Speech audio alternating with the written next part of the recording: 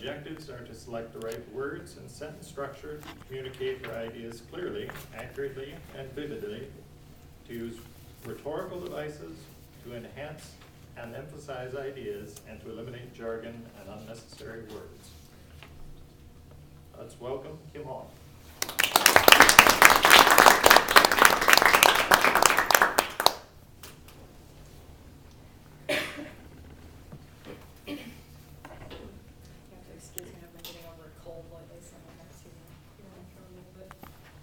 Mr. Toastmaster, fellow Toastmasters, and honored guests. First, I'd like to give a short disclaimer about my speech today. I'm an employee of the Michigan Department of Transportation and a traffic safety engineer, and my speech is my opinions only and does not necessarily represent those of my employer. That's how you know it's going to be a good speech. Yesterday, an average of 92 largely innocent, healthy Americans unexpectedly lost their lives in tragic accidents. There was no mention by the president, the media, or anyone else with a public voice. 92 parents, aunts, siblings, children, and friends died in traffic crashes on their way to work, on their way home from school, or their way to meet friends at a restaurant for dinner. This is the equivalent of the September 11, 2001 terrorist attacks happening every 4.6 weeks in this country. Imagine if that was a headline, if there was a terrorist attack or an accident where nearly 3,000 people died every month in this country. Imagine what the headlines would look like. In the U.S., that number was 32,367 in 2011. Last year in Michigan, it was 936. Why is there not public outrage over this? How come this isn't making the headlines? Because it's not an easy question to answer. As human beings, we love to generalize. You might hear people say, well, most traffic crashes are caused by teenagers, or most are caused by drunks. Or most of the time, if you're just paying attention, you wouldn't get into a crash and you might not hurt yourself or kill somebody else. So far, I've only been talking about fatalities. I haven't even mentioned serious injuries. The number of serious injury crashes is about 5 to 6 times that of fatal crashes. That would be injuries that you don't get over in a day or a week. Sometimes they're lifelong consequences. In Michigan in 2011, that was 5,700 people that were sent to the emergency room. Now, I don't want to give you the impression that this problem is growing in scale. In fact, it's been getting better ever since the height of the number of traffic fatalities in the 1960s at about 55,000. Like I said, last year was 32,000.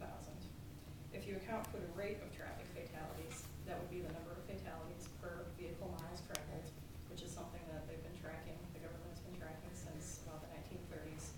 The rates have been doing nothing but go down. The rate is half of what it was in the 1990s. Back in the 1990s, too, the number of fatalities was about 45,000. Like I said, this year it's 32,000 for last year. So, but enough with the negative. Let's talk about the positive and why these numbers are going up. In the industry, we call it the 4 E's of traffic safety: engineering, enforcement, education, and EMS. I'm going to focus mainly on engineering because that's my area of expertise. But I can't go straight into talking about roadway engineering without talking about vehicle manufacturers. There have been tremendous advances that have been made in occupant protection, making crashes that people might walk away from nowadays unsurvivable 20 or 30 years ago. But like I said, I work for MDOT, so I'm going to take a minute to tell you about some of the safety initiatives that we've been undertaking in order to reduce these numbers and to return more loved ones to their loved ones at the end of the day. There is special federal safety funding that comes from the government, from the federal government via our gas tax, that is earmarked specifically for safety projects. It cannot be spent on fixing potholes or anything like that. It has to be sent specifically to roadway safety engineering fixes. So that being said, some of the things that we've spent this money on over the past couple of years that hopefully will have a large impact on safety are cable median barrier. You might have noticed this along the freeways. It looks like a fence, and they'll put it down the side of the median, and it prevents vehicles from crossing over and hitting other vehicles in oncoming traffic. This is in place because cross-median crashes are about 3 times more deadly than other types of freeway crashes. So far, we've had only a handful of fatalities and 350 miles of installations that has been in place for anywhere from 5 to 2 years. Another thing that Michigan has been aggressively putting in, even more so than a lot of the states in the country, is centerline rumble strips. You probably noticed these on 2-lane highways, mostly just MDOT roads. There aren't very many county roads that have put them in yet. But they're very effective and they're very cheap. So they're effective at preventing vehicles, again, from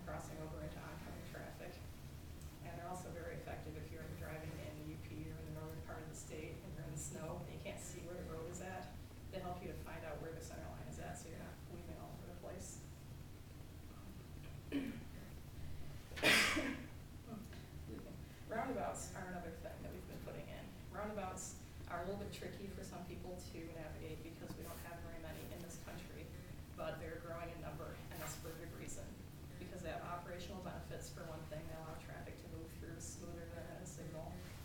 And they also are very effective at reducing serious injury and fatal crashes, because you don't have those right angle type situations like you have with the signal.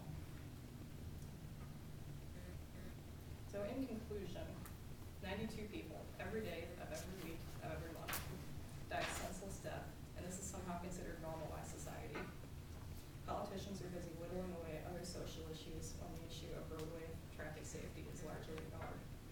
According to the CDC, traffic fatalities are the #1 cause of death for ages 5 to 24, the #2 cause of death from 25 to 44. Let that sink in for a second. #1 and #2. This is above all else. Cancer, abuse, homicide, suicide, everything. We are lagging behind other industrialized nations in the world. We need tougher laws and better treatment for intoxicated drivers. We need better driver's ed and tougher screening for licensure. We need more roadway safety improvement dollars, and we need more awareness, because knowledge is power. I would bet that everyone in this room can think of someone who they're personally familiar with, whose life has been either ended or altered by a traffic crash. And I've had a couple. My husband had a friend who was killed in a motorcycle crash. My husband was also involved in a serious motorcycle injury crash. Luckily, he was okay, and the girl that was with him was okay too. But still a very scary experience for anybody who's been there before. So it's a good goal for reduction of traffic fatalities and injuries. Should we say, let's reduce traffic fatalities by 20% in the next 5 years? Maybe 50%.